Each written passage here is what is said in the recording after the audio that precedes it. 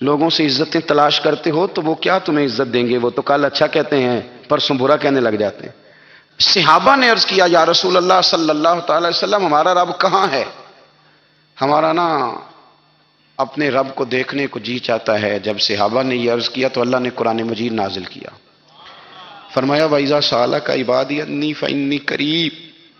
محبوب جب میرے بندے آپ کی بارگاہ میں آ کے میرے بارے میں پوچھیں نا تو ان سے کہہ دینا میں ان کے قریب ہی ہوں، قریب ہی ہوں۔ دلیل کیا ہے؟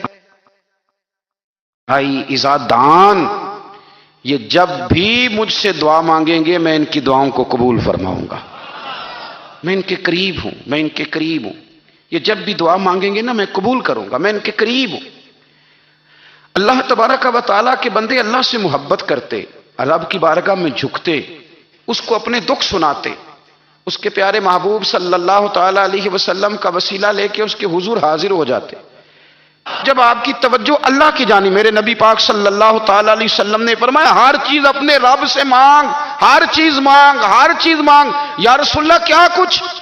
میرے محبوب نے فرمایا تیرے گھر میں نمک بھی ختم ہو جائے تو وہ بھی اپنے رب سے مانگا کر، تو مانگنا وہ تجھے دے گا، تو اس کی بارگاہ میں کشکول طلب دراز تو کرنا۔ اور ترمذی شریف میں عجیب لفظ ہیں، رسول کائنات نے فرمایا، رب کریم فرماتے ہیں جب میرا بندہ ہاتھ اٹھاتا ہے نا تو مجھے حیا آتی ہے کہ میں خالی کیسے لوٹا دوں اس کے۔ اتنے بڑے بادشاہ کی بارگاہ میں، او بھائی لوگوں سے عزتیں تلاش کرتے ہو تو وہ کیا تمہیں عزت دیں گے؟ وہ تو کل اچھا کہتے ہیں پرسوں برا کہنے لگ جاتے ہیں۔ لوگوں کے سامنے گڈ بک میں آنا چاہو گے تو وہ تو سویرے تمہارے بارے میں کچھ کہیں گے، شام کچھ اور کہیں گے۔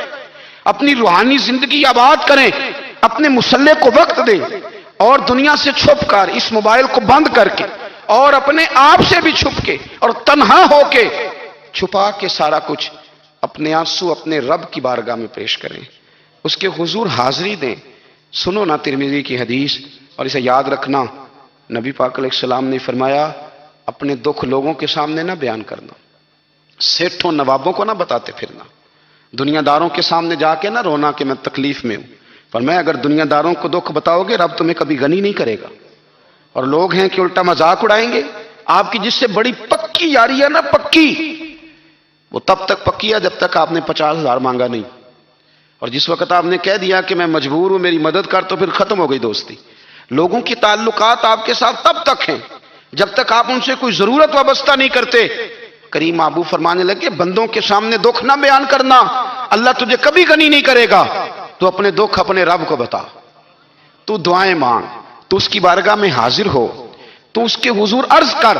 فرمایا اپنے دکھ اپنے رب کو بتا، وہ جلدی کرے یا دیر سے کرے تجھے ساری دنیا سے بے نیاز کر دے گا، تجھے کسی کا محتاج نہیں رہنے دے گا۔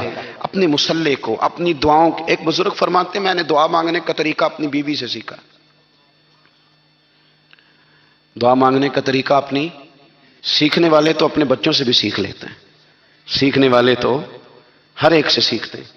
وہ کہتے ہیں میں نے دعا مانگنے کا سلیقہ اپنی بیوی سے سیکھا ہے۔ حضرت وہ کس طرح؟ فرمانے لگے میری بیوی نے نا مجھے کوئی کام بتایا، کچھ پیسوں کی ضرورت کے لیے کہا، تو میں نے اسے کہا کہ بھئی ابھی میرے پاس نہیں ہے، کچھ دنوں میں آتے ہیں تو میں دے دوں گا۔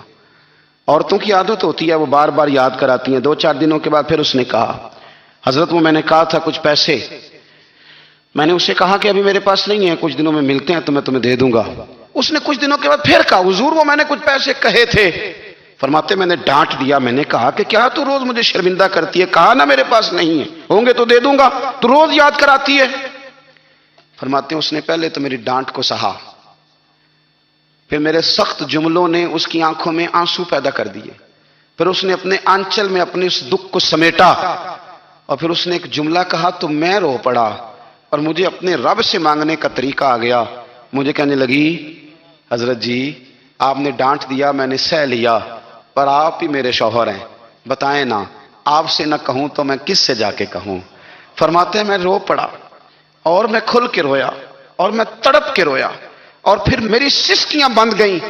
تو مجھے کہنے لگی آپ کو کیا ہوا؟ میں نے کہا مجھے بھی دعا مانگنی آ گئی ہے، جب میں اسے کہوں گا نا اللہ تو ہی میرا رب ہے، میں تجھ سے نہ کہوں تو میں کس سے جا کے کہوں؟ میں کیوں کسی بندے سے سوال کروں؟ میں کیوں کسی دنیا دار سے کہوں؟ میں تیرے بندوں کا، نیک بندوں کا وسیلہ لے کے، تیرے محبوب کی غلامی لے کے تیری بارگاہ میں آیا، تجھ سے نہ مانگوں تو کس سے مانگوں؟ سمجھ آ گئی ہے، جب میں اس رنگ میں مانگوں گا تو پھر رب میرے اوپر بڑا ہی فضل فرمائے گا، وہ میرے اوپر بڑی رحمت کرے گا، وہ میرے لیے آسانیاں کرے گا۔ عزیز دوستو، ہم اس طرح کرنے لگ گئے ہیں کہ ہم نے نا اپنے تعلقات پر اعتماد کرنا شروع کر دیا ہے۔ میرے تعلقات بہت ہیں، ہم نے اپنی دولت پر اعتماد کرنا شروع کر دیا ہے، میرے پاس دولت بہت ہے، ہم نے اپنے علم پر، اپنی شہرت پر اعتماد کرنا شروع کر دیا ہے کہ میرے پاس فلاں چیز بہت ہے۔ یاد رکھنا، جب بے نیاز اپنی صفت بے نیازی دکھاتا ہے تو بڑی بڑی دولتوں والے مجبور نظر آتے ہیں۔ بھائیو، جب انسان کا رشتہ اپنے مالک کے ساتھ ہوتا ہے پھر تو غم بھی کچھ نہیں کہتے، پریشانیاں بھی کچھ نہیں کہتی، پھر تو زندگی صبر والی، پھر تو زندگی توکل والی، پھر تو زندگی بھروسے والی، پھر انسان اپنے آپ کو رسوا نہیں کرتا، دنیا داروں سے امیدیں اس کی ختم ہو جاتی، امیدیں اللہ رسول سے لگا لیتا ہے، مضبوط ہو جاتا ہے، مضبوط، طاقتور ہو جاتا ہے، خوددار ہو جاتا ہے، باوقار باعزت ہو جاتا ہے۔ حضرت بہلول دانا رحمت اللہ علیہ بیٹھے تھے تو ہارون رشید حج کر کے آ رہا تھا، تو رستے میں حضرت شیخ سے ملاقات ہو گئی تو السلام علیکم کے بعد کہنے لگا، حضور کوئی حکم ہو تو بتائیے گا۔ تو حضرت بہلول دانا فرمانے لگے، تیرا رب کون ہے؟ اس نے کہا اللہ۔ تو فرمایا میرا کون ہے؟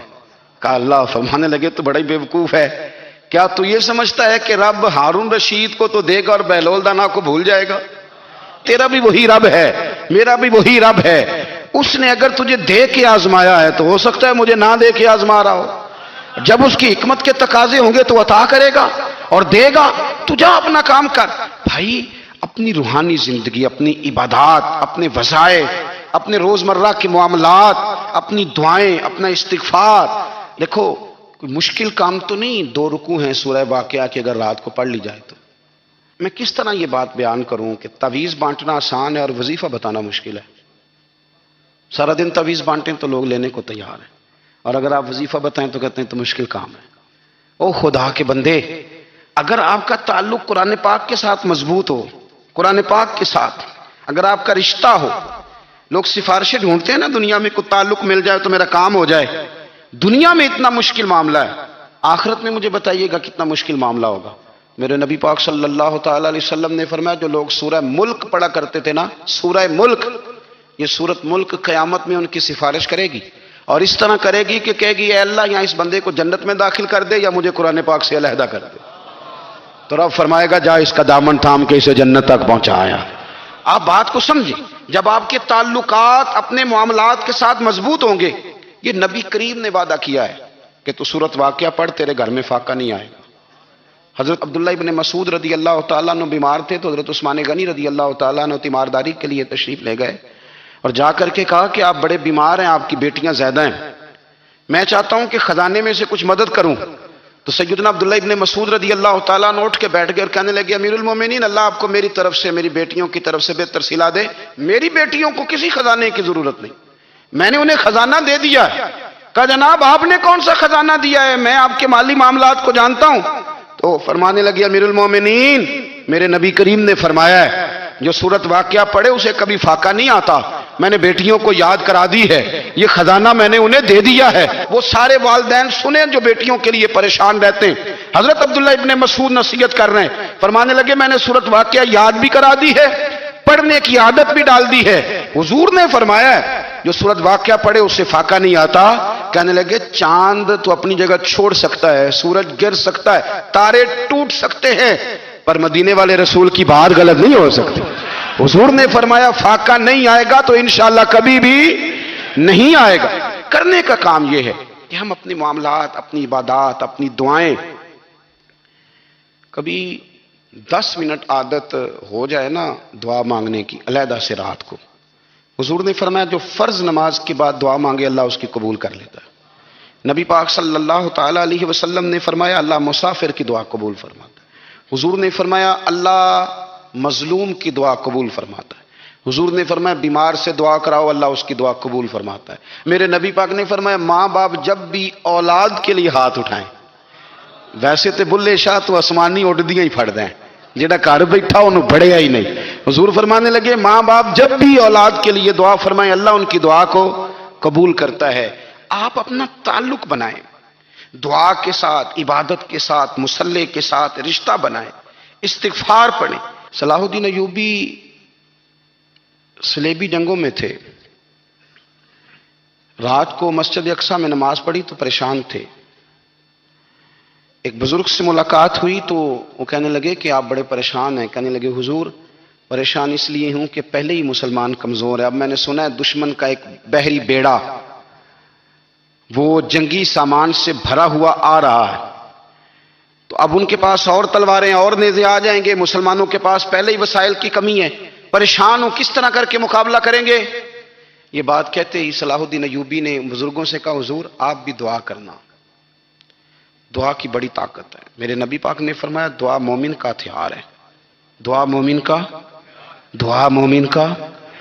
حضور نے فرمایا تقدیر کو سوائے دعا کے کوئی چیز نہیں بدل سکتی، دعا مومن کا ہتھیار ہے، یہ کافر کے پاس کوئی نہیں، یہ ہتھیار ہے مومن کا۔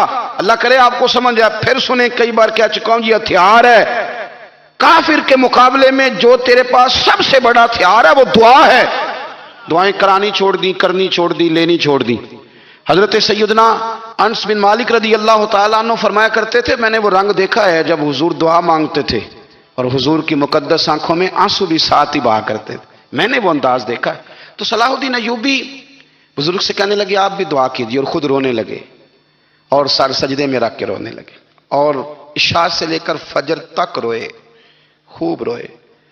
صبح وہ بزرگ آئے تو صلاح الدین ایوبی کا خوبصورت اور ہنستا ہوا چہرہ دیکھا، کہنے لگے آپ بڑے خوش ہیں، رات تو میں نے بڑے روتے ہوئے دیکھا تھا۔ تو کہنے لگے حضور وہ جو بحری بیڑا آ رہا تھا نا وہ پانی میں ڈوب گیا ہے، اب وہ نہیں آ رہا، ابھی خبر آئی ہے تو میں بڑا خوش ہوں۔ حضور کہنے لگے اٹھ سینے سے لگ، اور سونے کے بعد وہ بحری بیڑا پانی میں نہیں ڈوبا، وہ تیرے آنسوؤں میں ڈوب گیا ہے، وہ جو تو رات رویا ہے نا رب کریم کی بارگاہ میں تو وہ ڈوب گیا ہے۔